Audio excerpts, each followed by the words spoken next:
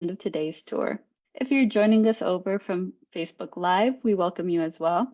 You can also ask any questions you may have using the comment section on Facebook, and we'll be monitoring those comments and answering those questions at the end of the tour as well. Lastly, this tour is being recorded and streamed live and will be posted to our social media channels once the tour is over.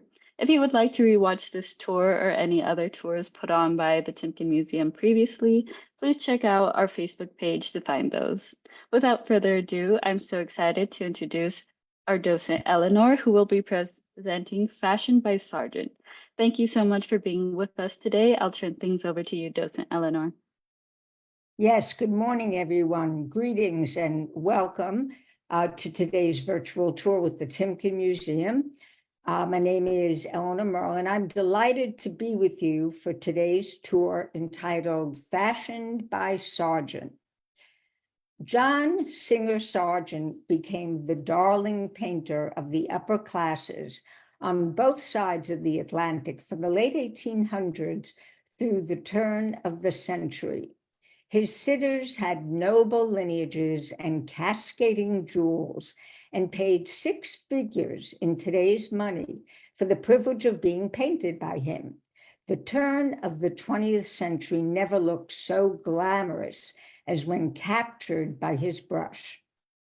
In his lifetime, Sargent was celebrated as the greatest contemporary portrait painter of his era. And nearly a century after his death in 1925, his dazzling portraits remain compelling records of their time, celebrated for their skillful characterization and technical brilliance. In his best portraits, Sargent challenged traditional ideas about the genre and sometimes provoked viewers with an unconventional choice of subject. He was as likely to be mesmerized by a vivid velvet gown, yards of white satin, or an intensely red robe as he was with a, quote, brilliant creature, a phrase he often used to describe people he was attracted to. Sargent channeled enthusiasm for his subjects into his expressive painting technique and essential admiration for textures and surfaces. These portraits secured his artistic legacy and often secured the social status of his patrons. Exploiting dress as an integral ingredient of his own artistry, Sargent used clothes to proclaim his own aesthetic agenda, while simultaneously establishing his sitters' social position, their profession, gender identity, and nationality. But let's start at the beginning.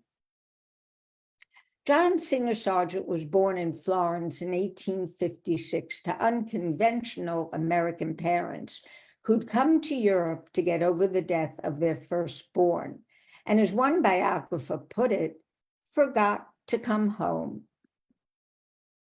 He's the son of a doctor from Philadelphia, Dr. Fitzwilliam Sargent, and his wife, Mary Newbold Singer, the daughter of a prosperous Philadelphia merchant. They lived off a modest annuity from his mother's estate, which afforded them their nomadic existence in Europe, traveling around with the seasons that she enjoyed and he endured. Sargent's mother, an amateur artist, was a classic eccentric heiress, dragging her semi-reluctant husband and children across Europe on an endless grand tour. She hauled her children into every museum as soon as they were old enough to hold a pencil or brush, exposing Sargent to Goya, Rembrandt, Velázquez, and many other artists who would later influence his own work. It was Mrs. Sargent who insisted her children sketch. She was an avid sketcher herself.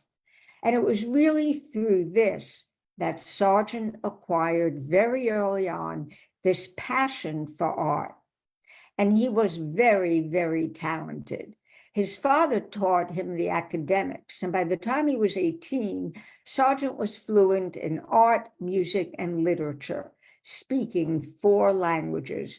So he really had this very unusual but amazing upbringing. And his parents decided that if he was going to be an artist, and that seemed to be predestined, he better get the best education that was going. So the family moved to Paris in 1874. Sargent was 18. There's a photo on the right. They brought him to Paris so he could study at the finest art schools. And he worked at the École des Beaux-Arts, one of the most rigorous training academies in the city. And there he focuses on anatomy, perspective, drawing, and so on, getting the best formal education. And he also began to train in the atelier of the French artist Carolus Duran. Carolus Duran was among the most important portrait painters working in Paris in the 1870s, and he was a celebrated figure in the world of Parisian art and theater. Known for his elegant society portraits, he was also highly influential as a teacher, and he immediately recognized Sargent's immense talent and took him under his wing.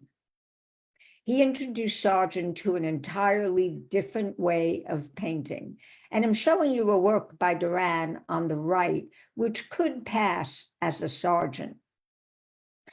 Rather than have his students draw from life or draw from plaster casts and then draw from life before they touched a paintbrush, Duran taught his students to paint from the very beginning, to get that fluency with the brush. Sargent flourished in the studio and embraced the teacher's methods, quickly becoming his star pupil.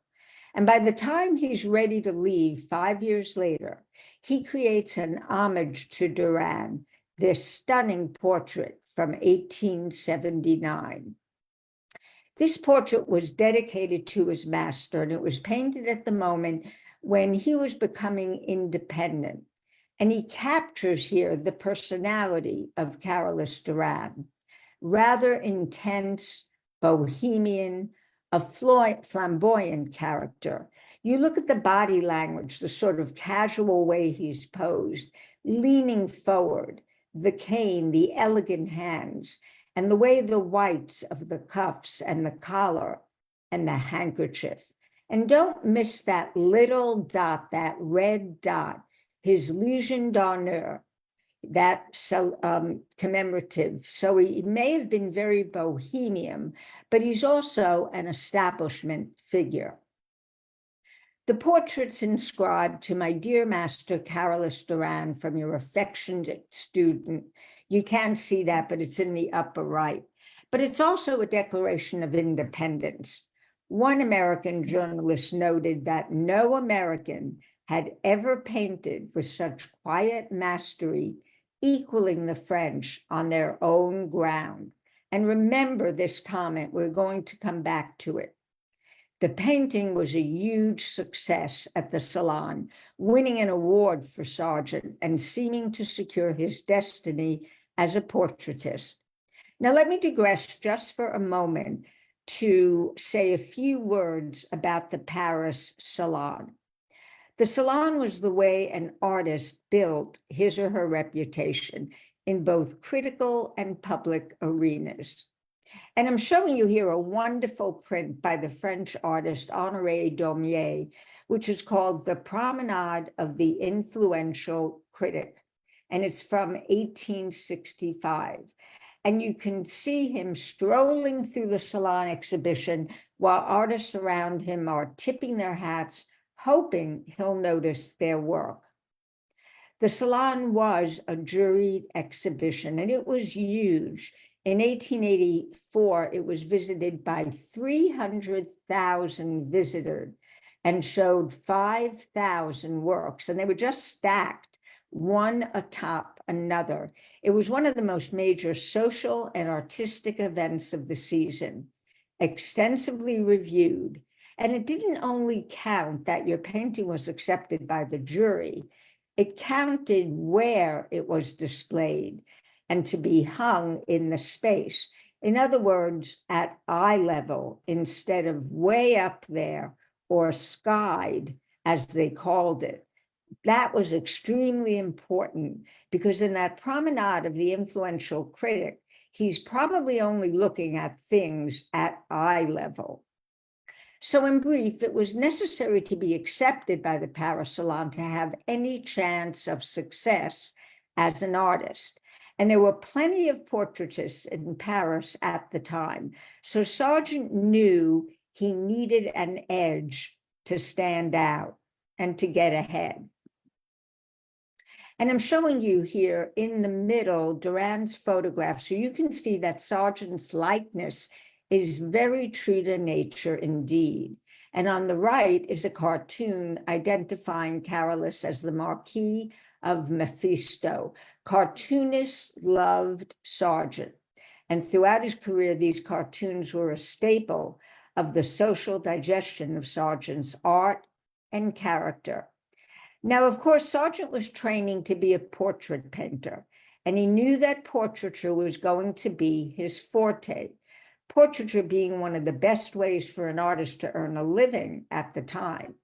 And in that same year, he had another success with this portrait of Madame Péron, the wife of a popular and successful playwright. In this formal portrait, Sargent's first formal full-length portrait, he defies convention by placing his sitter outside.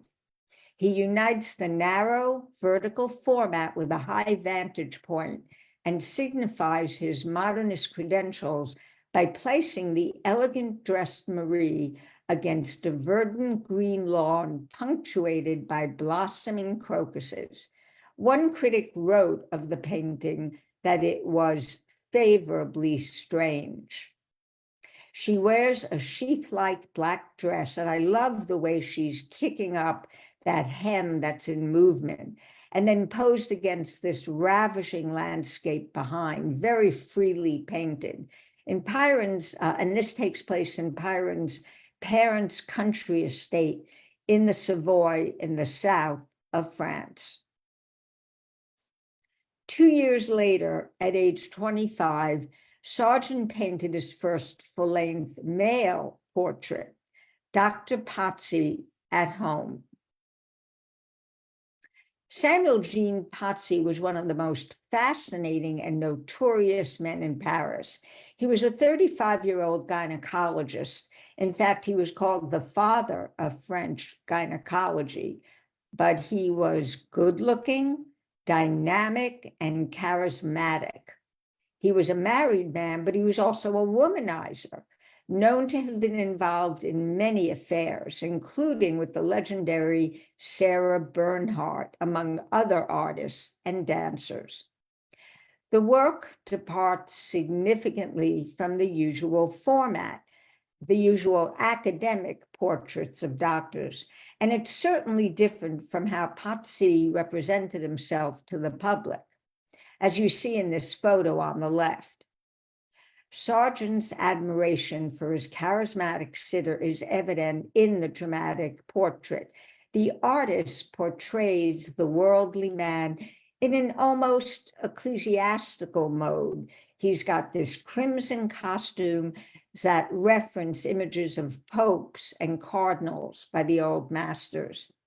He stands against a sumptuous crimson background, dressed in a long red gown, underneath which peeks his dazzlingly white ruffled nightshirt, very romantically Byronesque. His pose is theatrical. His long, slender hands, one raised to his chest, the other on his hip, appear to be active participants in the expose of his identity. Now, whether this pose hints to his professional life as a gynecologist or his personal life as a notorious womanizer, we can only guess. But with Sargent, nothing is inadvertent, and the hands appear to be Dr. Pazzi. And just look at that left hand dangling on the tie rope of his belt. just as if maybe he'll pull it and it will drop down.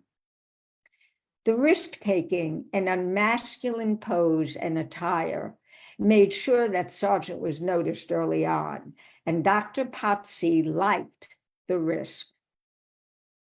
Nonetheless, Sargent, aware the painting was perhaps too salacious, decided not to show it in Paris where he lived, and instead he showed it in London. It was the first work Sargent exhibited at the Royal Academy in London in 1882, and it received mostly hostile reviews, too decadent, too en vogue, objectionably Parisienne. For its startling intimacy, it was never shown in Paris in Sargent's lifetime. There's an incredible sensuality to this picture that the public wasn't ready to accept, and it sets us up for the big scandal. Madame X, hands down his most famous painting. And I would suggest that one might regard Dr. Pottsy and Madame X as male-female versions of the same type. They're both flamboyant peacock figures with a streak of vanity and a knack for seduction. There's something in the way they're posed which is unconventional. They have an indirect gaze, and they both have supreme confidence, verging on arrogance. That only Sargent could have, or at least would have, captured and transmitted those qualities with such directness wasn't appreciated quite so much at the time. So who was Madame X? Virginie Amélie Avignon, like Sargent, was an American expat. She was born in New Orleans of noble French Creole descent, and she moved to Paris with her mother at age 8 after her father died in the Civil War. She married Pierre-Louis Gautreau, a wealthy Parisian banker. She was known as a professional beauty, a celebrated and self-conscious belle.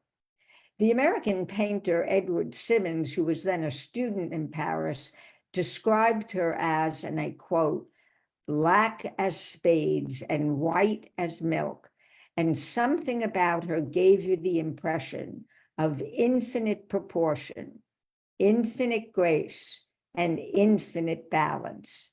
Every artist wanted to paint her in marble or in paint, end of quote. Sargent met Madame Gautreau late in 1882, and he too became obsessed with her and finally convinced her to let him paint her portrait, which he began early in 1883. So this was not a commission. Sargent was really wanting to do her portrait.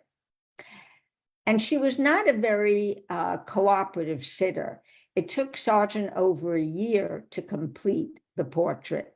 Frustrated, he wrote to his friend, the writer Vernon Lee, quote, "Your letter has just reached me, still in this country house, struggling with the unpaintable beauty and hopeless laziness of Madame Gautreau."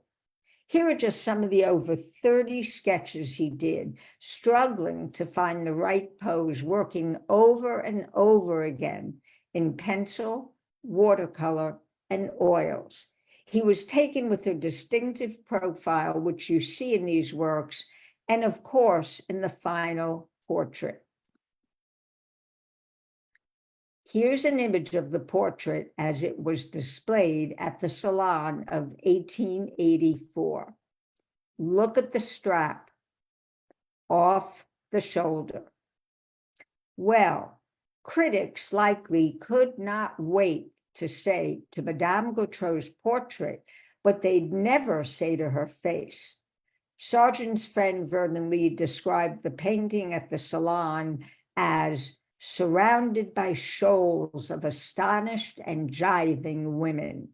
One critic wrote, "Of all the ladies in undress, The only one of interest is Sargent's, interesting for its attention to the fine profile, reminiscent of Piera della Francesca, interesting for its décolletage and its chains of silver, which are indecent and give the impression they're about to fall down. Interesting for the powder that makes her skin cadaverous and clownish at the same time. As a side note, Madame Gautreau was known to use lavender-colored face and body powder to enhance her porcelain complexion. Some said she even drank arsenic for the same purpose. And again, the cartoonist weighed in. I'm showing you on the right a cartoon with the text.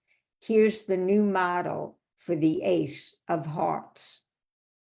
While Sargent had titled the work Madame asterisk asterisk asterisk to protect Madame Gautreau's identity, Parisians knew exactly who this woman was.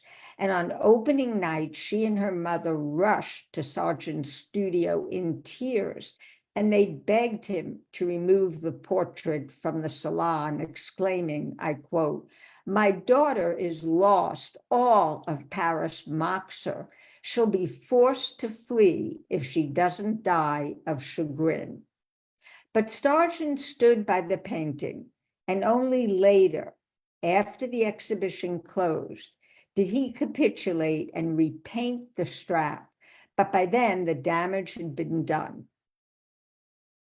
While many Parisians professed to be shocked by the portrait, it's hard for us to believe that the French could be shocked by something so subtle. And I'm showing you here two other portraits from the same time, the one on the left by Sargent, both with bare shoulders. And here are two more provocative portraits done in the 1860s, both by internationally known artists. So what to make then of a relatively modest Madame X? Well, I'll propose to you that the issue is national pride. Sargent and Gautreau had similar aims. They both wanted to be the best, not only in the colony of the Americas, but in all of Paris.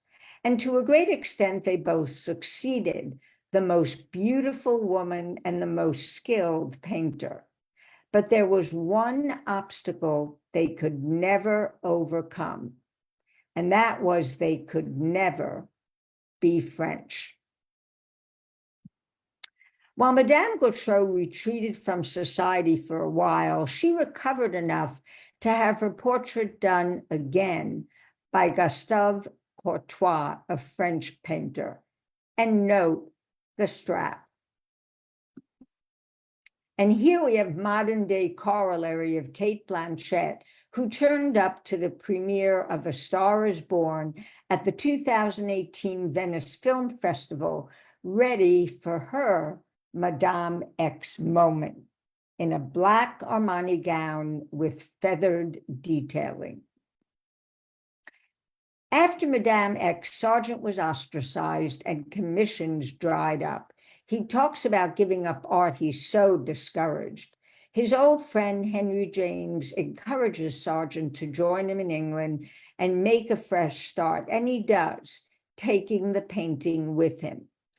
And he kept it on display in his London studio for 36 years as his scandalous calling card, eventually selling it to the Metropolitan Museum in 1916, 1 year after Madame Gautreau's death, on the condition that it be titled Madame X.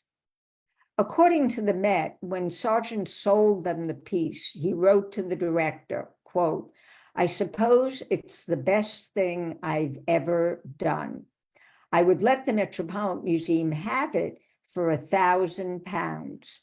Just to bring that current, that's about $161,400 in today's dollars." So Sargent joins Henry James, another expat who had spent a short time in Paris in England.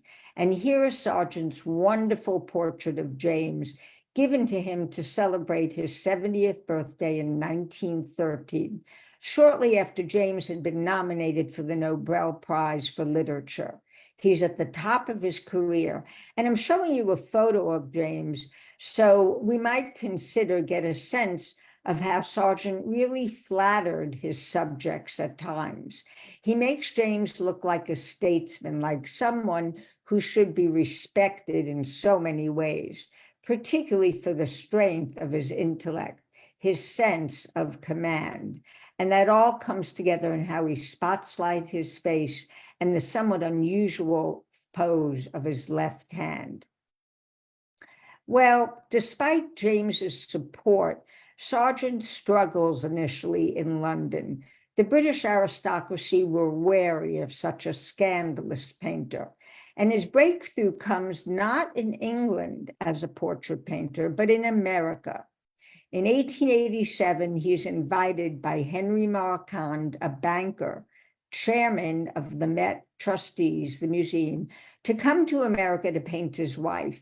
Now, Sargent didn't want to go, so he quoted Marquand an exorbitantly large sum, but it was immediately accepted.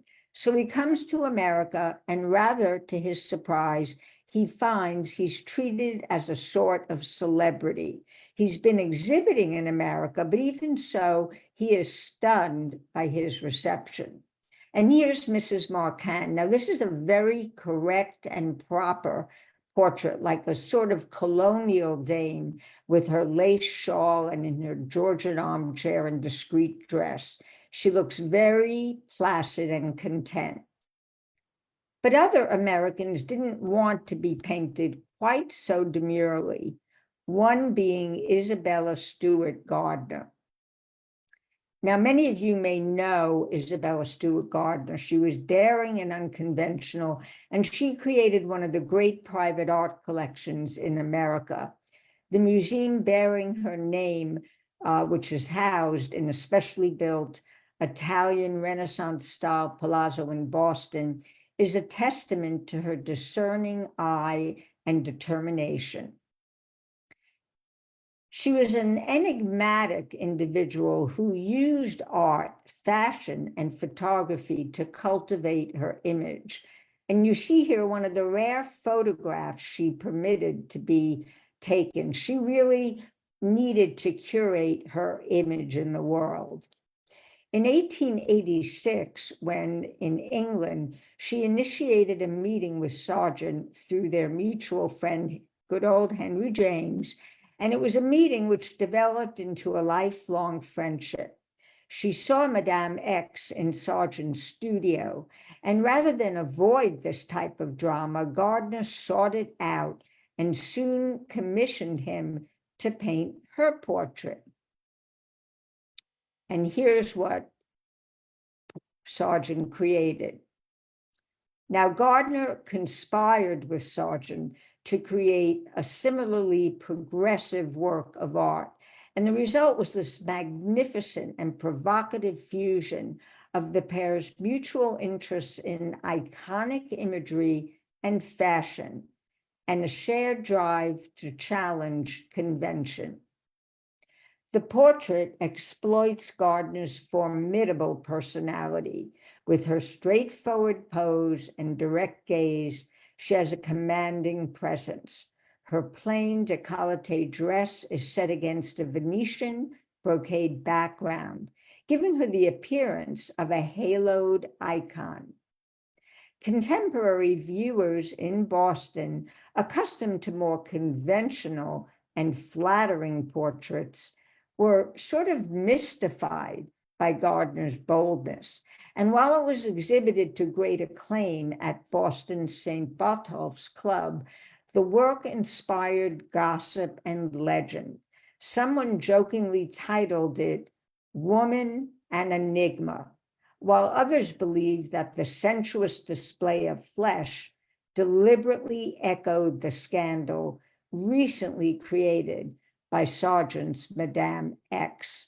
So they didn't like the fact that she showed a lot of skin. Remember, women in those days wore long gloves, and it showed too much of a display of wealth. She has pearls at her neck, around her waist. She has, rubies. And that tapestry, the critic said, quote, "Who does she think she is? Some sort of Byzantine Madonna?" So despite wanting a unconventional portrait, Isabella Gardner was embarrassed, so much so, and her husband was so embarrassed that he asked the portrait never be displayed in public again for the rest of his life. And she abided by that. And in fact, she went beyond it. She never displayed it in public again for the rest of her life. And indeed, the portrait was placed in the Gothic room, which remained private until Mrs. Gardner's death, hidden away, same as Madame X. In its gallery, surrounded by altarpieces and stained glass and religious statuary, the sacramental quality noted by 19th century reviewers is even more pronounced. While Sargent's society portraits, which we've been primarily looking at, may have been his bread and butter, his commissions, his true nourishment came from society's fringes. He really relished painting bohemian playwrights, poets, and musicians, and he had a love of all the performing arts. Two of the most striking portraits are these of Ellen Terry and La Carmencita. Sargent found both women's theatrical presence electrifying, and he persuaded them to sit for him.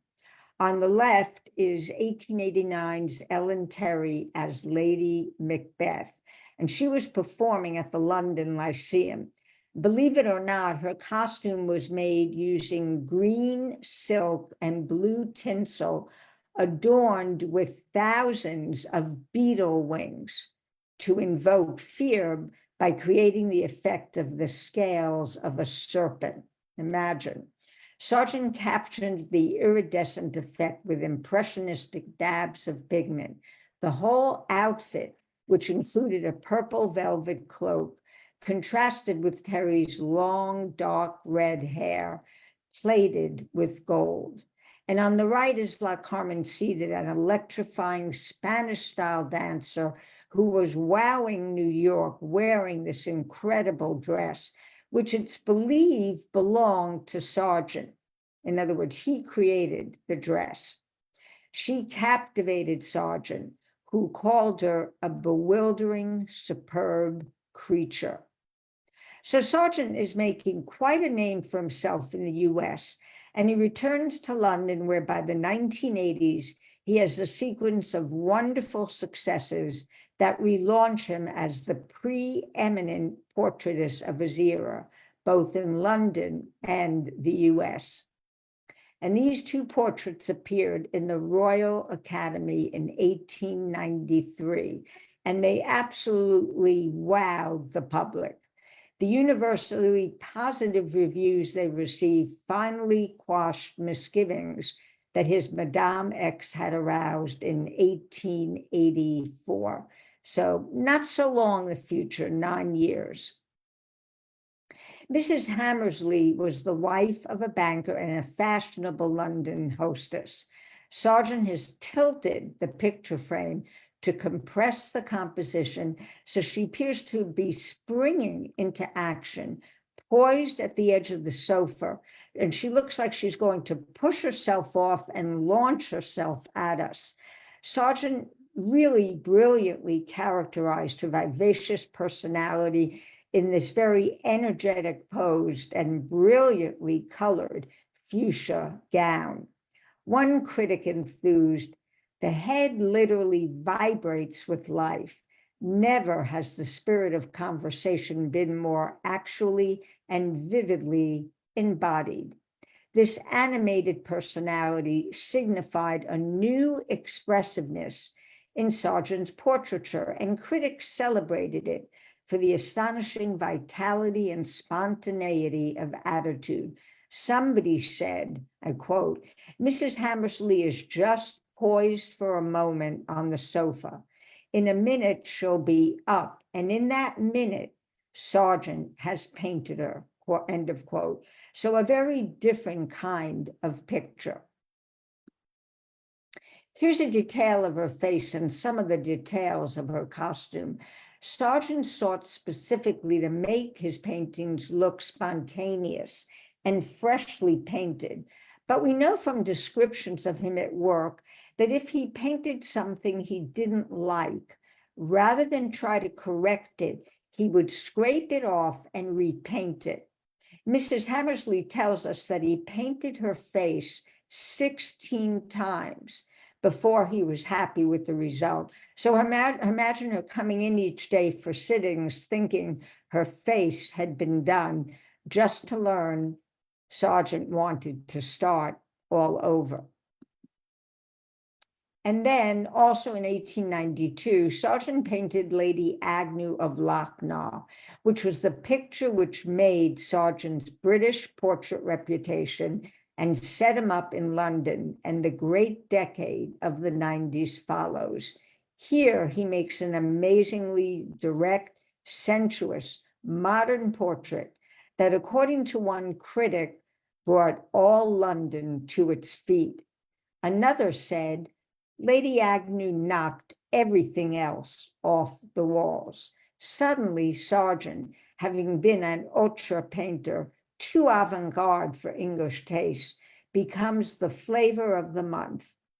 At the same time, it launched Lady Agnew as a celebrity figure in high society.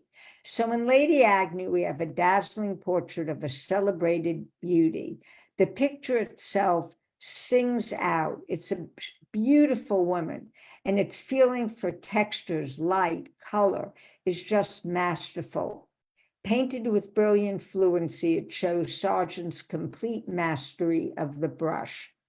And the work's appeal is always owed equally to the subject's enigmatically bemused expression, the raised eyebrow, ever so slight smirk in the lips, as well as to Sargent's virtuosic treatment of her diaphanous tea gown, its cascading lilac sash, as well as the luxurious fabric of her bergère armchair and the Chinese silk behind her, both props that Sargent provided. The piece freezes in time an era of languid drawing room aristocracy at its apogee, the instant just before a life of leisure and frivolity curdles into decadence. Sargent becomes a member of the Royal Academy on the strength of Lady Agnew, becomes a pillar of the Academy. And by the end of the 1890s, the aristocracy has decided that Sargent is safe. They all come, and Sargent is then painting, as it were, to match Van Dyck and Gainsborough and Reynolds. He was in such demand that he was painting 3 sitters a day, with scarcely a pause in between. This wonderful cartoon by Max Beerbohm shows these elegant women with their footmen all lined up begging for portraits outside his studio. They want to be Sargented. And if you look closely, you can see Sargent looking out the window in the background, appearing to be rather concerned and bothered by it. One of Sargent's most magnificent portraits, and sort of the culmination of the 1890s in England, is this portrait of the Wyndham sisters, a kind of dazzling display of fin de siècle opulence. They're the 3 daughters of Percy Wyndham, who was a wealthy politician from London. And this is shown in the drawing room of their home. These were very high-minded ladies who aspired to the higher things of the mind, and they loved the arts. And they were also quite wild, lots of love affairs. The whole show here is about elegance and mannerism. sumptuous white gowns against the white upholstered soldier in a darkened interior. They appear impossibly graceful. Sargent seems to elongate everything, their long necks, their arms, impossibly slender and beautiful. It's a very unconventional work, massive, 12 feet by 7 feet. Now, they appear in the lower part of it, and the upper is darkened. But if we look closely, we see the glimmer of the details of the interior. And Sargent was very clever about these details. Above the three sisters is a portrait of their mother by the British artist George Frederick Watts, and I'm showing you this on the left. So Sargent is not only giving us the family tree of the sisters and the mother, he's establishing his role in this artistic genealogy, positioning himself as heir to this British tradition of grand manner portraiture. And then he does some other playful things to echo the magnolias. The pot of magnolias in the portrait of the mother in the lower right-hand corner of the canvas. It's also amusing that he arranges the three flowers like the three sisters, making a statement about how beautiful and elegant, and this idea of a kind of hothouse flower. So Sargent again returns to America in 1903, taking up residence at Isabella Stewart Gardner's home, setting up his studio in that Gothic room I showed you earlier, where in 1903 he paints Mrs. Warren Fiske and her daughter Rachel. And again, notice the dress, the fabric smooth and shiny, the brushstroke loose, capturing an impression of the gown without rendering any small specific details. A loose zigzag pattern at the neckline and across the skirt seems to indicate ruffled trim and other embellishments. A pale gray fur stole wrapped around her right arm at the elbow.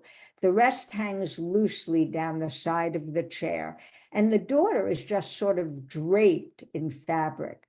And we know Mrs. Fiske came in wanting to wear a green dress, not what Sargent wanted for the portrait. And I'm showing you a photo taken while Sargent was at work on this portrait. And we know that he would place his canvas next to the sitter rather than a few feet away. And he would jab at the canvas and he'd jump back and forth, continually viewing both his sitter and the canvas at the same time, at the same angle, and in the same light. And Sargent's technique was depicted by cartoonists who made fun of his frenetic, swordsman-like approach to attacking the canvas. Max Beerbohm's character of Sargent at work on the left depicts him painting a portrait as a performance with a trio of musicians accompanying him. In the background, his society client oversees the show. And we know that Sargent loved music, and he would often play the piano for his sitters. One of the reasons he was so popular, aside from how magnificent his paintings were, is that people liked being around him, and he could be very entertaining. And that was very important in his work. He wanted to keep his sitters engaged. While extremely successful, as we see, the need to engage his sitters' attention while he painted their likeness challenged the reticent Sargent. He explained to a friend, and I quote, "Painting a portrait would be quite amusing if one were not forced to talk while working," end of quote. And it's telling that this cartoon dates from 1907, because this is when Sargent finally becomes weary of painting portraits. He said everything artistically he wants to say, and he begins to decline portrait commissions. In his characteristically witty and sardonic way, he complained that, quote, painting a portrait would be, well, I mentioned, quite amusing if someone didn't need to talk. And he also said, every time I paint a portrait, I lose a friend. So Sargent turned to painting mostly landscapes, which he'd left behind early in his youth. And he also was painting family and friends, mostly outside in watercolor, and mostly paying less attention to the rules of fashion of the earlier 20th century, which was already calling for narrower silhouettes, higher hemlines, and lighter fabrics. And I'll close today with this watercolor from 1922, which is representative of Sargent's later work. It's a portrait, again, of his good friend, Isabella Stewart Gardner, shortly after she'd suffered a debilitating stroke. She described this work as an informal sketch and called it a watercolor not meant, I hope, to look like me. The calmness of her pose and the shroud-like swath of white fabric express an otherworldliness that bears little resemblance to her previous ebullient character. Remember the iconic image Sargent had done of her early on. This is the last portrait of Isabella before her death in 1924. And I've highlighted on the right where the painting was displayed on her bookcase at home. Sargent died in his sleep in London in April 1925, and I'm showing you two photos from 1924. We see Sargent working outdoors in the one on the right, which, as I mentioned, he turned to more often in his later years, and of course, him posing and in this photo by Henry Havelock Pierce, who did several photos of Sargent in his lifetime. This brings us to the end of our presentation. I hope Madame X is no longer a mystery, and that you enjoyed our deep dive into the glamorous, prolific, and intriguing life of both John Singer Sargent and his clients. And I welcome any questions or comments that you might have. Thank you. Hello, and we do have one comment from Giselle. She says, thank you, outstanding presentation. I'm excited to see the Sargent exhibit at the Tate/London in a few months. Yes, wonderful. Thank you so much.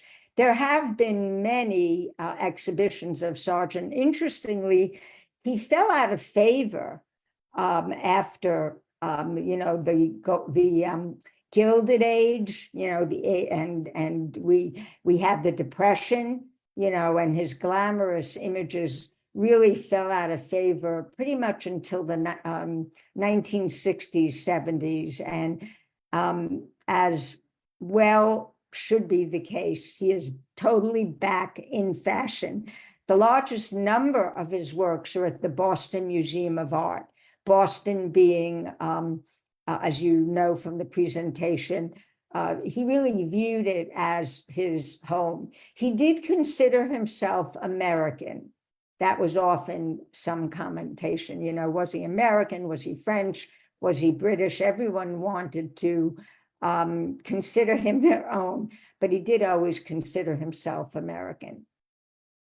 We have a few questions and a few more comments. Andrea says, thank you, that was mesmerizing.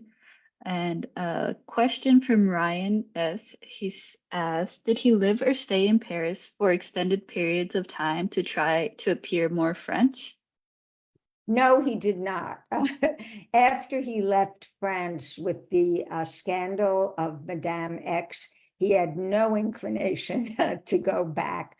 So he spent most of his life in London. That most years were in London, but he made several visits back, primarily to Boston and New York. He was actually in London. He died the night before he was set to return to Boston to work on, not part of this presentation, but another scope, another breadth to Sargent's work is he did extensive murals, and he in the Boston Library. Magnificent. If you ever get up to Boston, do see their central library.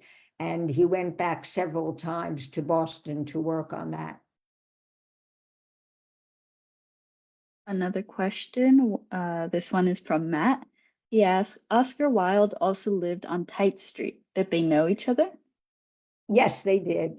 I believe he did. Again, he knew writers and artists. He did 2 portraits of Robert Louis Stevenson, which are magnificent.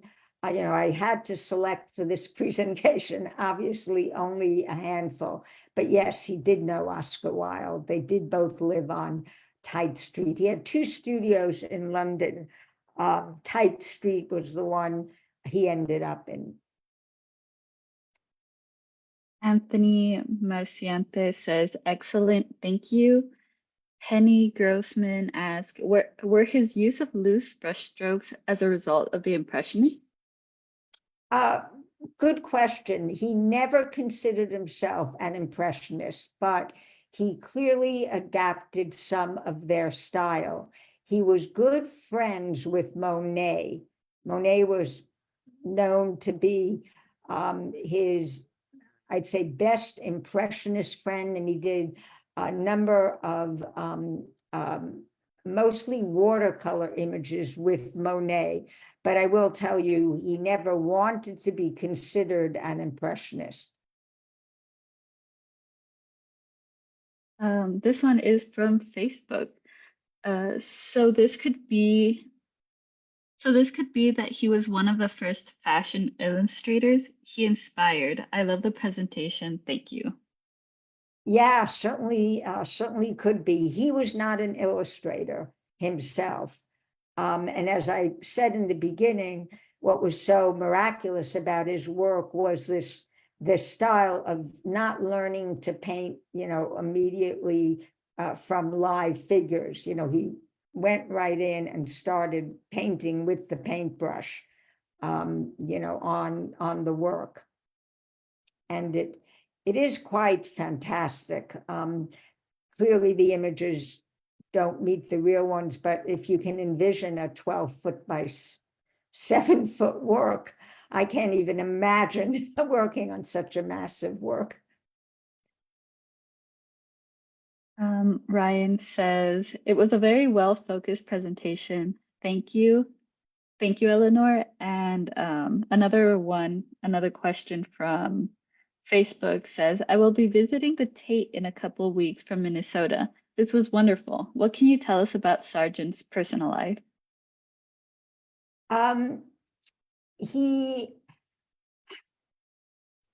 His friends, as I said, his network, he really traveled in a bohemian group of a good number of expats, but primarily, the group he was most comfortable with were artists and musicians and writers.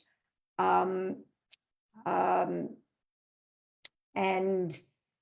he was quite social in that word, but on the other hand, I use the word reticent. He didn't move a whole lot outside that circle. So while he was very comfortable within it, he pretty much remained within it. He was not someone who loved interviews. He was not the most approachable man. And lastly, from Larissa, it's a comment. She says, thank you very much for a great presentation. And that was our last little comment or question. Great. So thank you so much, Docent Eleanor, for such a fascinating and engaging tour. And before you all go, I would like to remind you that this tour and other tours put on previously through the Timken Museum can be found on our Facebook page. If you would like to find out further information on any future tours being put on by the Timken Museum, please check out our website event calendars for those details. Thank you again for joining us this morning, and thank you, Docent Eleanor, for a wonderful presentation. Goodbye and enjoy the rest of your day. Thank you again. Take care, everyone.